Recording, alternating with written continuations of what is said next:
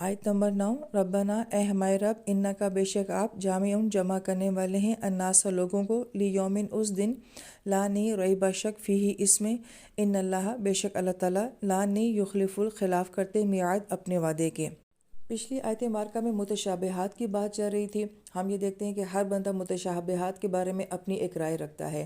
تعویلات کی بات چل رہی تھی تو ہم دیکھتے ہیں قرآنی آیات کے بارے میں بھی ہر بندہ اپنی تعویلات کرتا رہتا ہے، ہر ایک کی اپنی تفسیر ہے، پھر وہ اس کو صحیح بھی سمجھتا ہے اور حتمی بھی سمجھتا ہے۔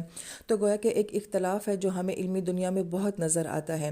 اس لیے اس آیت مبارکہ کا خاص تعلق بھی اسی بات سے ہے کہ دنیا میں ہمیں جو اختلافات نظر آتے ہیں تو ہر انسان کی اپنی ایک رائے ہوتی ہے، اس کا اپنا ایک نظریہ، اپنی ایک سوچ ہوتی ہے۔ سب لوگ کسی ایک بات کے اوپر متفق نہیں ہو سکتے ہیں، اور سب لوگوں کو کسی ایک بات کے اوپر جمع کرنا یہ ناممکنات میں سے ہے، چاہے یہ علمی معاملہ ہو یا ویسے بھی ہم دیکھیں کہ ایک گھر میں رہنے والے افراد جو ہوتے ہیں وہ بھی سب کسی ایک بات کے اوپر متفق نہیں ہوتے ہیں۔ تو دنیا ایک ایسی جگہ ہے جو کہ اختلافات کی جگہ ہے، جہاں ہر ایک کی اپنی سوچ ہے، اپنی رائے ہے۔ صرف حشر کا دن ایسا ہوگا جس میں اللہ پاک سب لوگوں کو جمع کریں گے اور سب کے اختلافات کا حل اللہ پاک کی ذات بتائے گی، کون ٹھیک تھا کون غلط تھا۔ تو گویا کہ وہ دن ایسا ہے کہ جس میں سب لوگ کسی ایک پوائنٹ کے اوپر جمع ہو جائیں گے۔ لہٰذا دنیا میں یہ ناممکنات میں سے ہے، صرف آخرت کا دن ایسا ہے جس دن سب لوگ ایک کسی بات کے اوپر متفق ہو کے اللہ کے سامنے گٹھے ہوں گے۔